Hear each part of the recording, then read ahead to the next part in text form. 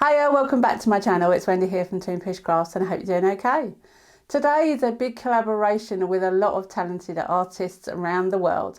I hope you follow the link below and check out their channels and see what they're up to, because it's a big Halloween craft bonanza type thing and there's lots to see.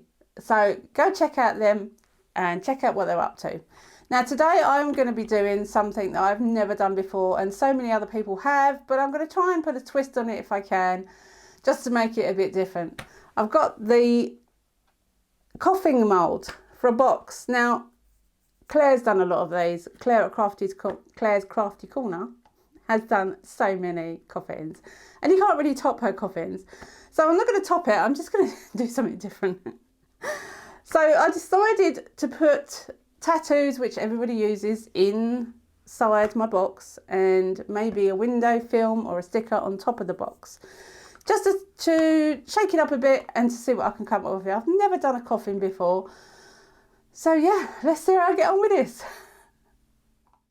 So to start with then, I've got a black and white tattoo. Now I've got quite a lot of tattoos that are huge, but trying to find the right one for this small size was quite difficult, but I found a black and white one. Now I don't really want black and white because I want the coffin to be black and white. So I had to figure out a way to make it colour, even though it's black and white tattoo, and I didn't really want to paint it. So that was my challenge that I set myself, gonna make it colour. So as you may be aware, that temporary tattoos do stick to silicone moulds and they will be picked up by resin. So when you turn out the resin, as long as you seal it in, it will take it really nicely. So as you can see here, I've left this real time so that you can see how quick it is to take the backing off of a tattoo to go into resin. It is so quick. It's meant to be 2 or 3 minutes you leave it, but I leave it for seconds and that's it. As long as it's wet enough and the glue has had chance to moisten, you can take it apart.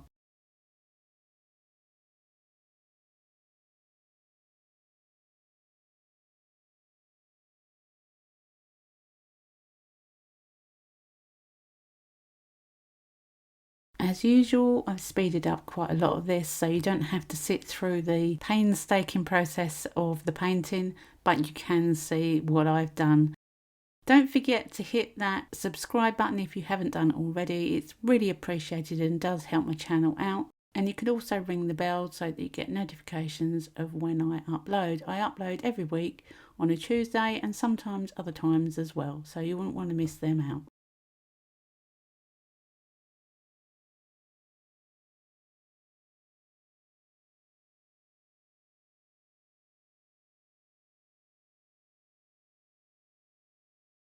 So you can see now that the tattoo is completely dried. I've left it to dry, which just took a few minutes, and now I'm deciding how I'm going to put the colour in. As in previous videos, I've used the PBO vitriol paint, which I think works really well in resin. It's not that cheap, but I have it. I only have 3 colours, so I can only use 3 colours, which are bronze, silver and gold. But I decided to do the vitriol paint on the back of the tattoo and hope that even though it's going to be between the mould and the resin will still pick up the tattoo. Sometimes you just have to try these things, otherwise you never know if they're going to work. And I thought, well, you know what, I'm going to try it. What is there to lose? So I've painted the copper just inside of the lines so that you can't see anything other than within the picture. I hope that makes sense. Now I'm going to do the silver, and most of the dagger type cross will be the silver, and then the gold will be for the leaves and the vine. That's the plan, and I'm just hoping that the resin will pick up the tattoo even though the vitriol paint is between the resin and the tattoo. That's my worry, that it'll pick up the paint but it won't pick up the tattoo. I just have to wait and see. So on to the gold. And really you kind of just want to drag it into the small areas. These are tiny little areas, and I could have just put a daub and then put a cocktail stick to drag the colour through, but I did it okay. I was quite happy with the way it covered, and yeah, gold. How gorgeous is gold? But then you don't know what it's going to be like on the other side, and I'm really hoping at this point that the resin will pick this up. The good thing about this vitriol PPO paint is if you go over the edge by accident, you can just wipe it off and go over it again. It does take a little time to dry, but it's really not that long. I didn't wait overnight for this one. I just left it for a couple of hours and it was perfectly dry. So onto the lid, and I wanted a clear layer so that you could see through and it looks three-dimensional. So I'm just doing a clear layer in the bottom of the lid so that that will become the top as a clear see-through lid for whatever's underneath it. And a quick squirt with isopropyl alcohol to get rid of the surface bubbles. Okay, now I'm going back to the main part of the coffin, and for this I want black and white. Now I do want two separate colours, black at one end and white at the other. I'm not too worried if they mingle a little in the middle, but what I don't want is a grey box. I'm using new colours to me, which are the Vuba Vista colours. They're resin pigments and they are quite cheap for the amount that you receive. They're big bottles and they're about a tenner each, I think. They're really, really worth it because you don't need that much. And the experience I've had so far with these has been excellent, I have to say. So they are opaque colours, and I just kept adding, because these colours are new to me, I weren't sure how much I needed to add to get the opacity that I needed. So I just kept adding a little bit at a time until they were the solid colour that I required, that I wanted. And they worked really, really well. The colour is outstanding. The black is black, the white is white. There's no in between. That is what they are. Now, obviously, I didn't stir them that fast. It is sped up, but yeah, you get the picture. They dissolve and stir in so well, so well.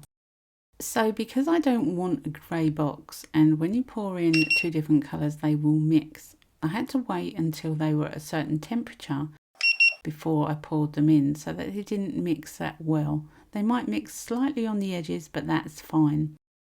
So the temperature I'm looking for is around 95 degrees or above. 100 is better. And this is turbo resin, so it cures really quickly anyway. So I had to babysit it because I had no idea when I was going to reach that temperature, and it literally only took about 15 minutes. When I reached the temperature that I was happy with, then it was time to pour it into the mould. Now I'm going to pour one at one end and one at the other because I want them to meet at the middle. But I don't want the one colour to dominate the underside of the mould and not the other. So they've got to be done at the same time, or I'll get black, then white, then black, then white. I don't want a stripy coffin. I wanted a two-colour coffin. I still used the micro brush to get rid of the bubbles that are trapped at the bottom, i.e. the top of the box, because I don't want bubbles. You never want bubbles, but I didn't want to mess up the colours too much, so I went around the white and then I went around the black with two different brushes just to try not to mingle them too much. So another squirt with isopropyl alcohol, and I put it to one side to cure. So 24 hours later, and it's time for me to do a second layer of the lid. Now I wanted to use a black and red spider sticker on the lid, but because it was a sticker and it only had pattern or the colour one side, and it was going to be facing the wrong way if I stuck it on the clear. So I then went on to window films. So I'm placing the window sticker onto the clear resin, and I need it to slide around so I can get it in position. So I squirt a little bit of isopropyl alcohol onto it so it creates a slippery surface for me to get it into position and hopefully get rid of any bubbles that may be underneath it as well. I don't eradicate all the bubbles, I must admit. There is a couple I missed, but I managed to get rid of 99% of them, which is fine for me. I'm happy with that. So once it's in position, I then think, okay, it's all dried out. I can now use the silver vitriol paint to paint around the outside of the spider so that it actually creates a visual barrier between that and the black and white behind it, so you'll be able to see where it is. Otherwise you'll never see it. You'll see half of it that's on the white, but the black will disappear. So I kept checking underneath to make sure that I could see the spider with the outline, but I wasn't going too far over so it didn't become too blobby. Just an outline, that's what I was going for.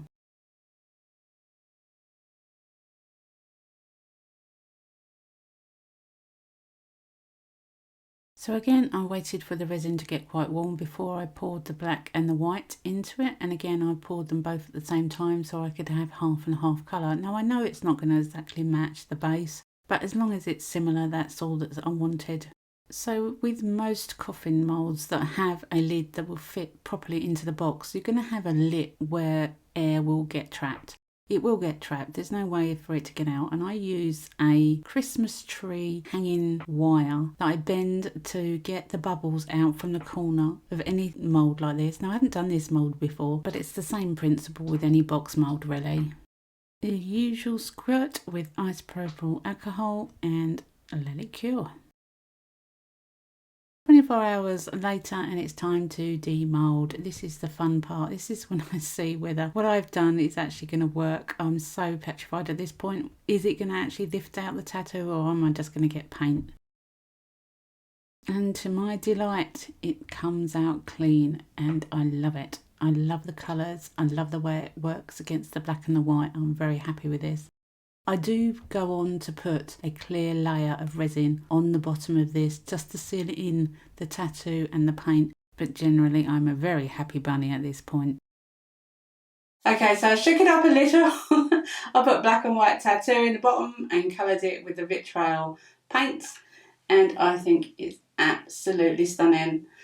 You see, when you put a tattoo on top of a black surface, it just disappears.